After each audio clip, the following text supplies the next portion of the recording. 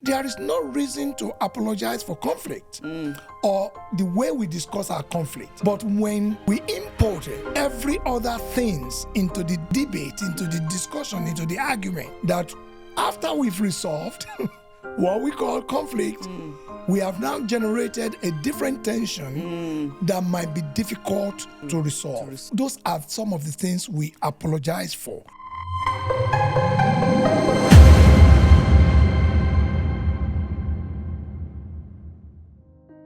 Hey friends, this is your beautiful, ever-smiling host, Lady Ola. And I'm thrilled to have you back on SMOPPY'S World.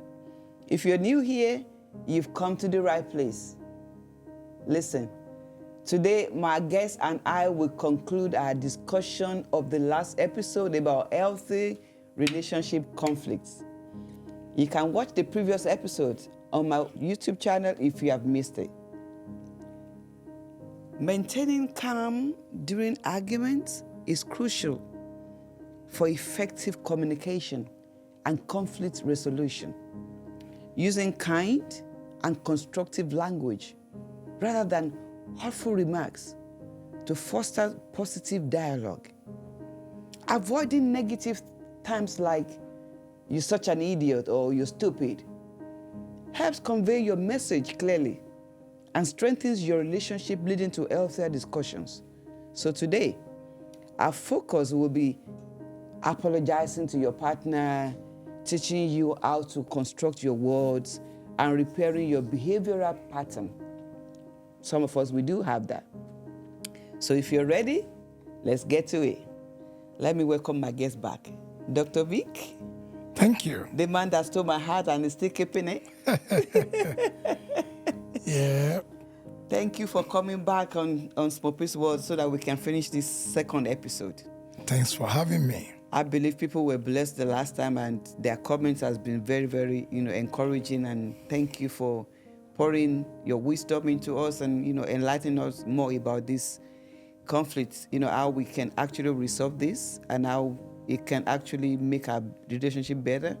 So today, I want us to focus on three things. One of the best ways that I believe that we can resolve conflict is choosing our words carefully. Because if we use the right words, it makes conflict easy to really resolve. So the question I want to ask you now is, why is choosing our words important in resolving conflicts? Yeah, I think, again, thanks for having me. You're welcome. The power of words are stronger than most weapons you can ever imagine. Come on. So when we are walking through conflict resolution, one of the best things to consider strongly, like rightfully said, is the choices of words and choosing the right word carefully. Yes, sir.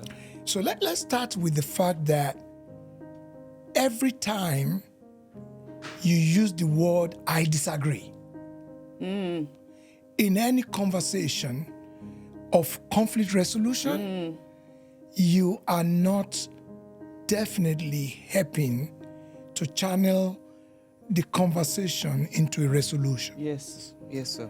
Because the moment you use the word "I disagree," you are put the other party or the other person or your partner in a position of defense. Right. And so it has to always come with the point that I agree, but, right? I think you're right, but as much as the "but" seems to cancel what you said, it does not eliminate it. That's right. Because the mind captures things and processes them for a while. So I agree, or I think you're right. However, here's what I think will help a lot. And the other part is think it through and present facts rather than sentiments. Right. So in a conflict resolution, and we are using the word conflict resolution not as the people that are in crisis. Right. Conflict resolution means we are trying to find the right answer to the context. The context, yes. Without any kind of having someone that's a winner. As far as we don't have that behind our mind, our words will be seasoned with love and friendship. Okay. Yes. So it's important that you choose your words carefully. Don't bring the words of the past or previous conflict into the new one, because it gets complicated. Then you have left issues into the mix that eventually will not allow the resolution or getting to the bottom of the right answer. We are not fighting. We are arguing our points to come to a place of agreement. So, no word like I disagree. Don't do that. Don't use that. And then don't use the word things like you are always like that.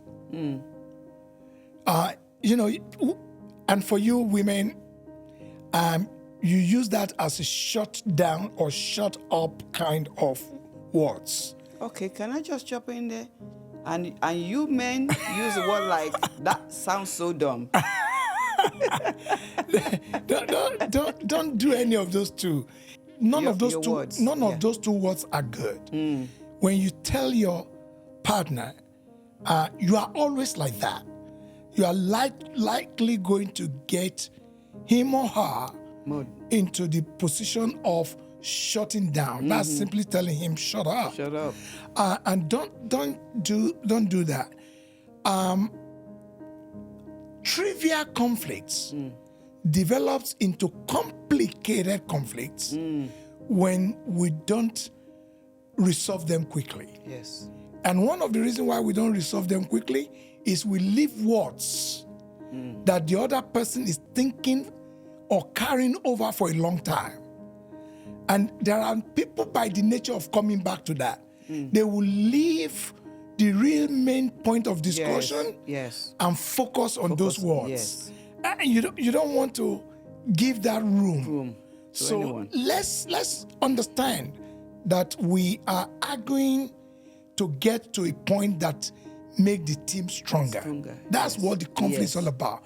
It's getting the best way to go.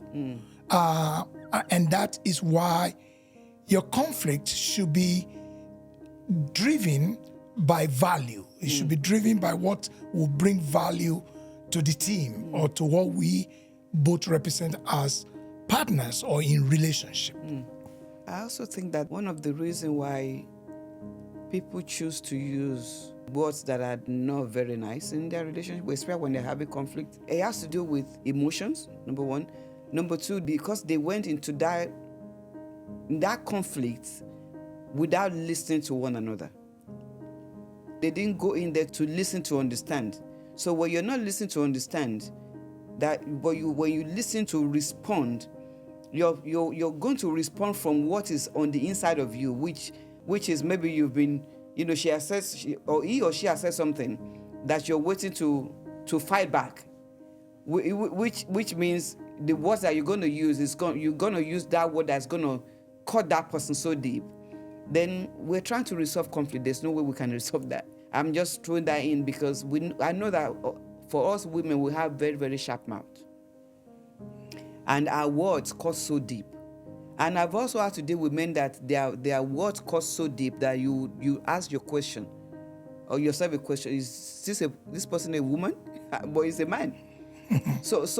Whether it's not about the gender here, it's about the words that we use, because our words can actually make it escalate the issue or de-escalate the issue. So it's important that we choose our word carefully when we are dealing with resolving conflicts. Right. So let me now move to, in a relationship. For me, I feel that when you're in a relationship, it's not too much for someone to really own up to say, I've made a mistake, Yeah. and I'm sorry. Yeah. So I want us to talk about learning how to apologize to one another. Right. So the offense that comes in a conflict is not part of the conflict. Yes, sir. It is something that we have imported into the conflict. So the things we would need to apologize for become important because the offense we generated as a result of the conflict will leave the residue after the resolution and keep the relationship strained, even though we resolve. But some of the offense that is generated as a result of what we imported, like the word we used, like the way we redirect the things and the abuses that could have been brought about as a result of heated argument, are the things that comes into the conflict that we need to apologize for. There is no reason to apologize for conflict or the way we discuss our conflict. But when we imported every other things into the debate, into the discussion, into the argument, that after we've resolved what we call conflict, we have now generated a different tension that might be difficult to resolve. Those are some of the things we apologize for. It starts with you use the wrong word and you finally realize, oh my God, your wife is going to stick with those words for a while. And that does not make the relationship better. The resolution, the conflict, and the answer we got makes us better because we agree to something and we went on to do it. But what we left behind is important to apologize for. But here is what I want to say to people about apologies. It takes a stronger person to apologize. Yes. But the world sees apology as weakness. Don't ever allow that deception to play in your mind as a guy in your relationship, because you are a real man when you are able to say to your wife, seriously, I thought about it and I think I was wrong. Come on, baby, I'm really, really sorry. I apologize. Two things happens when you do that as a man. One, you retake your position. That's right. As the man, okay? You retake your position. That's a reset, right there. Yes. Number two, you send a signal of care and a signal of the thinking person for the family or for the relationship. Because the way people process things are different. And so you have to take some time to put that person in the position where you are able to realize you have done a damage more than you can imagine as a result of what you imported into the conflict resolution. So apologize. Do it in different ways.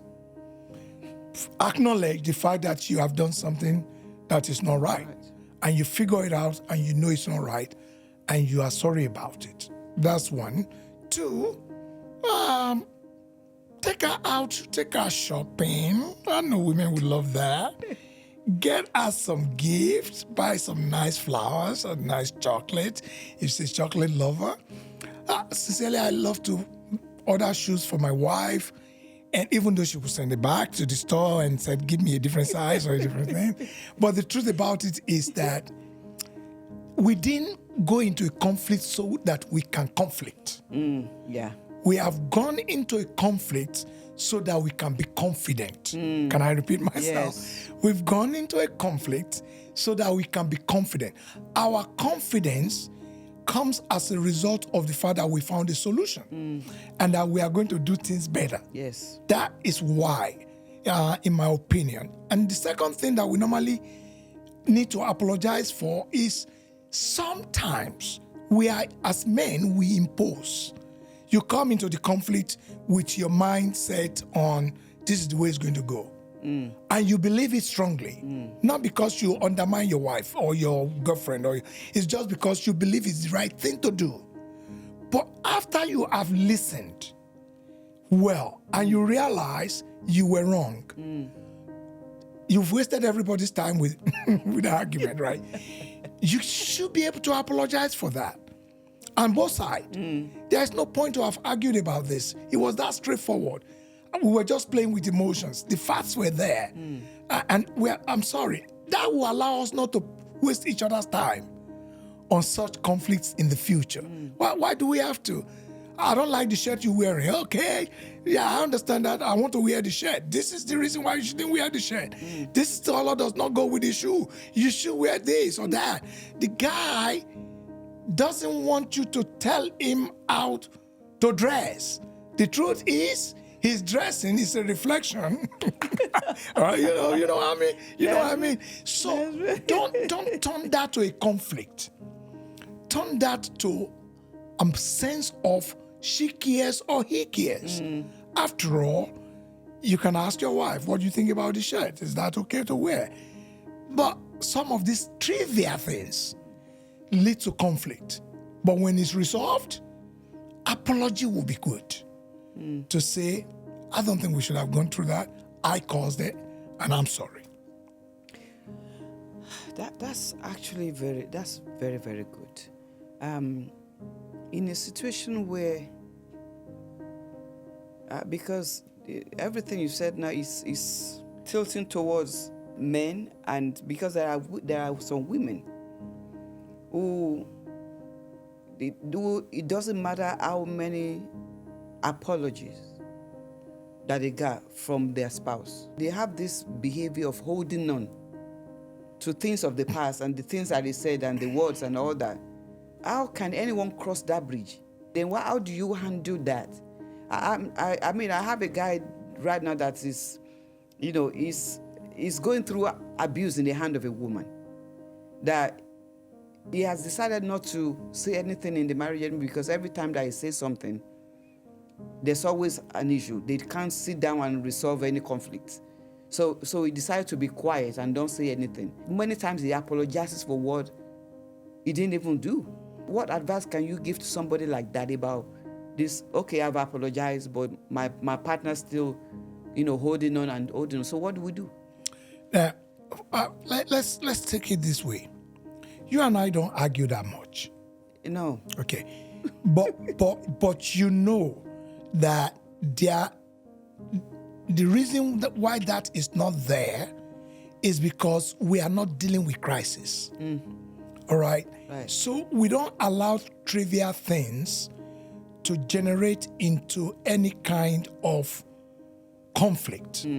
That's one. Number two, in our relationship, we kind of understand the position of each other in the relationship. Yes. Or the things that I defer to you to take decision on, I defy to you to take whatever decision you take. We go with it. But when you see people that will always have to turn everything to a conflict, the relationship has an issue. Right? Yeah, that's not a mere conflict resolution issue. There is a character issue, there is a personality issue that needs to be addressed in that kind of relationship. That is not the subject. Sincerely speaking, when you see couples arguing over little things all the time, it's coming from some personality conflicts. It's coming from some character and behavioral issues that possibly needs to be addressed. However, there is no way two people live together, have missions and visions and purpose that they will not have to deal with some conflicts because they see things differently, if not all the time, most of the time. That's human. That's our nature. We don't think the same. We don't see things the same. We have to adjust one another to see it the way you saw it. That process is the conflict process.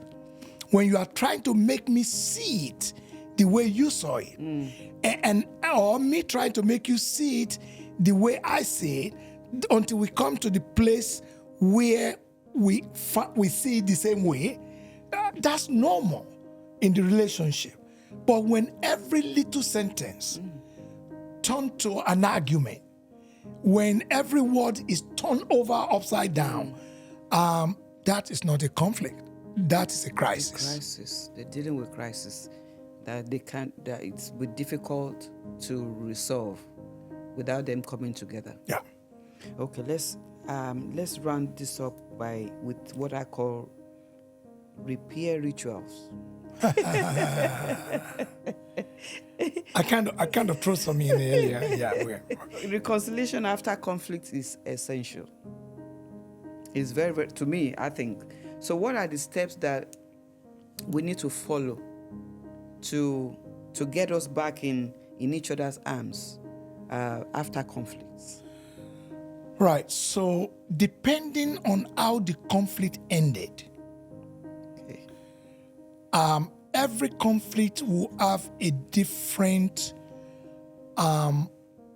post-resolution ritual, right? Or things. So if you are dealing with financial conflicts, so we are making a financial decision, and someone is driving that and is seeing it from a different position, that is very sensitive, and that's very critical. And depending on how it ends, sometimes you can start by letting the person know that you are going to count on them on these financial issues going forward, and turning over that level of trust to that person to know that you did not just come to an agreement on this resolution. You are in it. Yes. Okay. Yes. That is one kind of a thing. But that by practicing what you agree, Yes. will make the other person or both of you feel a little bit more confident. The other one is the fact that, look, somebody get hurt in the process, you use some bad words or use some not nice words.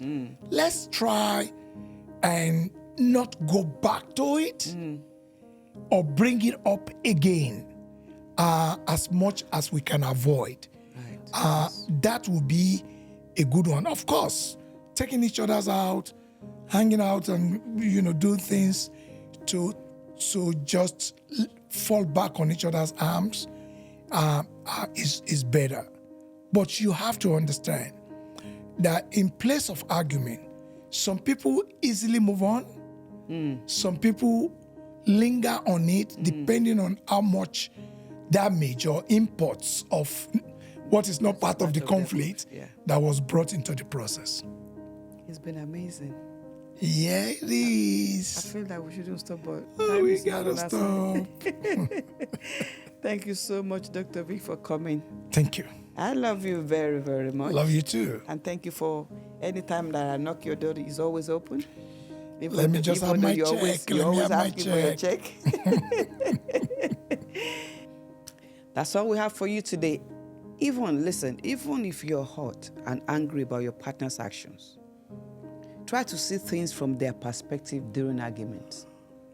Ask yourself questions like, does he have a point? Could I have been more accommodating? Or should I understand if she needs time to unwind after work? This approach lets you consider their feelings and prioritize their relationship over the winning argument. Listen with an open mind to promote peaceful resolutions. Focusing on hurting your partner or being right can damage the relationship and create distance. Instead, actively listen and ask questions to ensure understanding. Additionally, communicate your needs through your requests rather than complaints for more transparency, like you have to complain every time. Try and use your words carefully. After all, we're supposed to be one. So that's it from us. If you found this episode very helpful, please help share with others who might benefit from it as well. We'd love to hear your thoughts. So connect with us on our social media platforms and leave your comments below. I enjoy conversing with you there. And if no one has told you today, let me take a moment to say that I love you and I believe in you. And I hope you embrace all the beautiful opportunities life has to offer. Until next time, stay blessed, stay loving, love each other, and God bless.